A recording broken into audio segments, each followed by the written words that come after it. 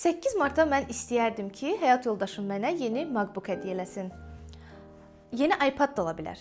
8 Martda həyat yoldaşıma qoruyucu kostyum almışam. Qonşularımız sabahları bilinmir nə hərəkət eləyəcək. Mənim üçün də ən önəmli həyat yoldaşımdır. Onu qorumaqdan başqa bir məqsədim yoxdur. Nə bilirsən nəyə elə atacağı var? MacBook, iPad belə gizli şeylərə kalan pul verməyin bir adı yoxdur. Bugünkü məqsəd çörək, kukuruz, mukuruz falan. Sabah bilmirik başımıza nə gələcək. Bir də gördün ac qaldıq. Ona görə də özünüzü fikirləşin. Yox, həyat yoldaşınızı fikirləşin. Ay nə bilim qızıl alım, ay nə bilim nəsə hədiyyə alım. Aclıq ola bilər qardaş. Özünüzü qoruyun.